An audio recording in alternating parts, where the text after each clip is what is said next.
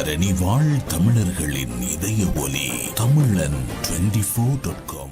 தமிழக முன்னாள் முதல்வர் ஸ்டாலினை பொன்னாடை போத்தி கௌரவித்த விஜய். இன்று முதல் மின்சார கட்டண திருத்தம் அமுல். தையிட்டி விகாரிக்கான பாதைகள் விடுவிப்பு தொடர்பில் நீதிமன்றம் எடுத்துள்ள முடிவு.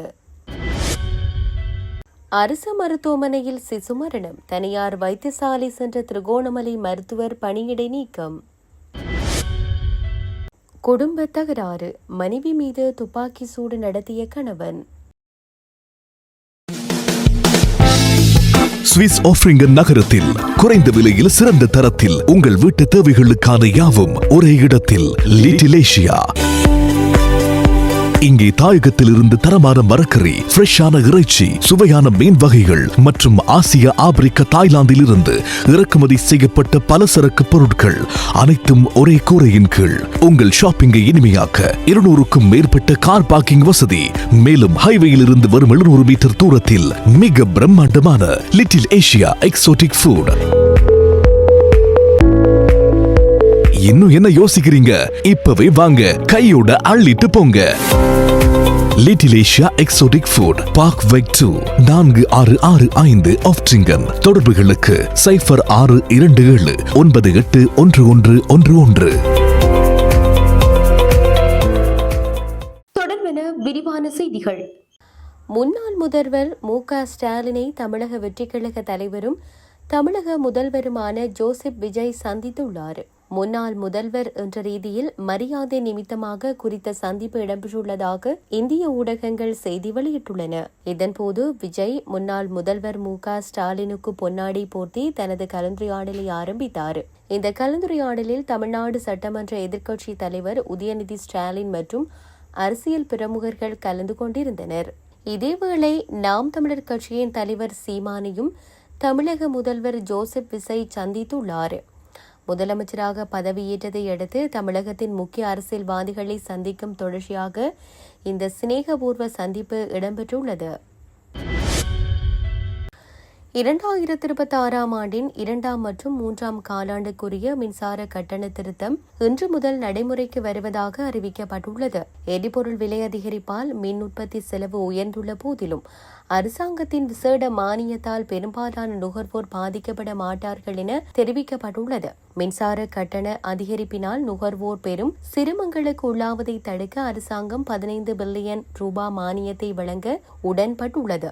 இதன் காரணமாக நாட்டின் 95% மின் நுகர்வோருக்கு இந்த கட்டண அதிகரிப்பு பொருந்தாது. குறிப்பாக வீட்டு பிரிவில் 0 தொடக்கம் 180 அலகுகள் வரை மின்சாரத்தை பயன்படுத்துவோருக்கு எந்தவித கட்டண அதிகரிப்பும் கிடையாது. அதேவேளை 180 அலகுகளுக்கு மேல் பயன்படுத்துவோருக்கான கட்டணங்கள் 210 அலகுகள் இதுவரை இருந்த ரூபாய் 9,570 கட்டணம் ரூபாய் 1,760 அதிகரிக்கப்பட்டு ரூபாய் 11,330 மாறும். 240 அலகுகள் இதுவரை இருந்த 12,120 கட்டணம் ரூபாய் 2,210 அதிகரிக்கப்பட்டு ரூபாய் 14,330 மாறும்.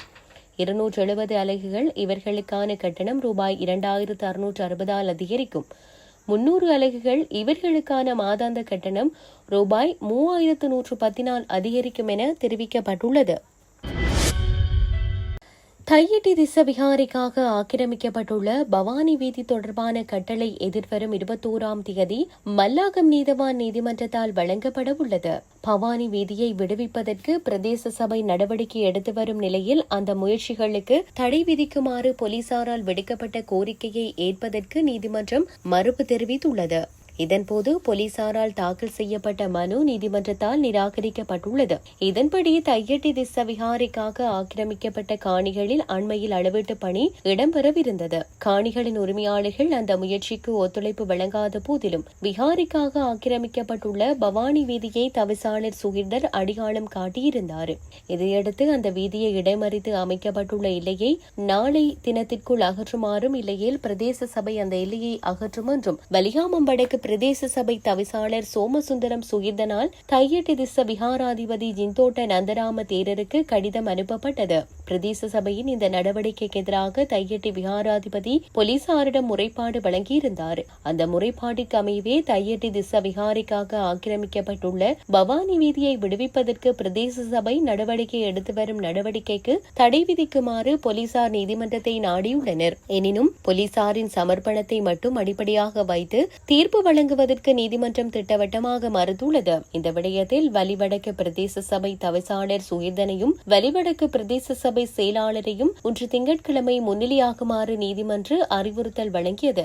வலிவடக்கு பிரதேச சபை தவிசாளர் சுகீர்தனின் சார்பில் சட்டத்தரணி சுமந்திரன் முன்னிலையானார். இதன்போது போலீசார் சட்டத்தினை நடைமுறைப்படுத்த இடையூறுகள் ஏற்பட்டால் அதற்கு ஒத்துழைப்பு வழங்க வேண்டுமே தவிர சட்டத்தை நடைமுறைப்படுத்துகிற போது போலீசாரை எதற்கெதிராக இருப்பது தையட்டி விகாராதிபதி பௌத்த மதத்தை தழுவுவதால் போலீசாரும் பௌத்த பீட கட்டளையை ஏற்பது போன்று சமாதான குறைவை ஏற்படுத்தும் என தொடுக்கப்பட்ட இந்த வழக்கினை நீதிமன்றம் முற்றாக நிராகரித்தது. எனவே இது தொடர்பான கட்டளையினை எதிர்வரும் 21ஆம் தேதி வழங்கவுள்ளதாக நீதிமன்றம் தெரிவித்துள்ளது. தையட்டி திஸ்ஸ விகாரிக்காக ஆக்கிரமிக்கப்பட்டுள்ள காணிகளுக்கு குறுக்காகவே பவானி வீதி அமைந்துள்ளது. எனவே அந்த வீதியை விடுவித்தால் கணிசமான காணிகள் தானாக விடுவிக்கப்படும் நிலை உள்ளதாக தெரிவிக்கப்பட்டுள்ளது. திருகோணமலை மாவட்ட பொது வைத்தியசாலையின் மகப்பேறு மற்றும் பெண்ணோயியல் விசேட வைத்தியர் ஒருவர் மற்றும் அதே வைத்தியசாலையின் சிரேஷ்ட விடுதி பெண் வைத்தியர் ஒருவரை பணியிடை நீக்கம் செய்ய சுகாதார சேவைகள் பணிப்பாளர் நாயகம் தீர்மானித்துள்ளார். கடந்த ஏப்ரல் 9ஆம் தேதி குறித்த வைத்தியசாலையில் இடம்பெற்ற பிரசவத்தின் போது சிசு மரணமடைந்த சம்பவம் தொடர்பில் அமைச்சினால் மேற்கொள்ளப்பட்ட ஆரம்பகட்ட விசாரணைகளின் அடிப்படையிலேயே இந்த தீர்மானம் எடுக்கப்பட்டுள்ளது. பிரசவத்தின் போது ஏற்பட்ட சிக்கல் நிலை காரணமாக 2 வைத்தியர்கள் பிரசவ அறைக்கு வருமாறு கோரி வைத்தியசாலையின் விடுதி பெண் வைத்தியர் 6 முறை தொலைபேசி அழைப்புகளை ஏற்படுத்திய போதிலும் அவர்கள் அந்த நேரத்தில் அங்கு வரவில்லை என குற்றம் சுமத்தப்பட்டிருந்தது. அதேவேளை 2 வைத்தியர்களும் அந்த நேரத்தில் தனியார் வைத்தியசாலை ஒன்றில் சிசேரியன் ஒன்றில் ஈடுபட்டிருந்ததாக சுமத்தப்பட்ட குற்றச்சாட்டு தொடர்பில் சுகாதார அமைச்சு ஆரம்பகட்ட விசாரணைகளை முன்னெடுத்திருந்தது. அதன்படி கண்டறியப்பட்ட உண்மைகளின் அடிப்படையில் கடமை நேரத்தில் சேவையை புறக்கணித்து முறையற்ற விதத்தில் தனியார் வைத்தியசாலையில் சேவையில் ஈடுபட்ட உள்ளிட்ட சில குற்றச்சாட்டுகள் தொடர்பாக அந்த 2 வைத்தியர்களின் சேவையும் தற்காலிகமாக இடைநிறுத்தப்பட்டுள்ளது. அதனைத் தொடர்ந்து சம்பவம் தொடர்பில் முறையான ஒழுக்காற்று விசாரணையை சுகாதார அமைச்சு முன்னெடுக்க உள்ளது.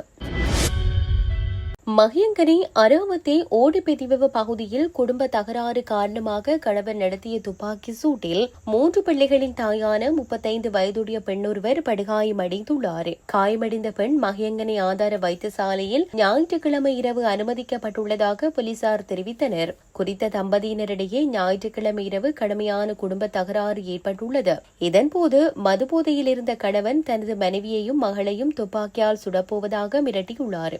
பின்னர் அவர் கையில் வைத்திருந்த ஏர் ரைபிள் ரக துப்பாக்கியால் மனைவியை சுட்டுள்ளார். சம்பவத்தை அடுத்து சந்தேக நபரான கணவன் வீட்டிலிருந்து தப்பியோடியுள்ளார்.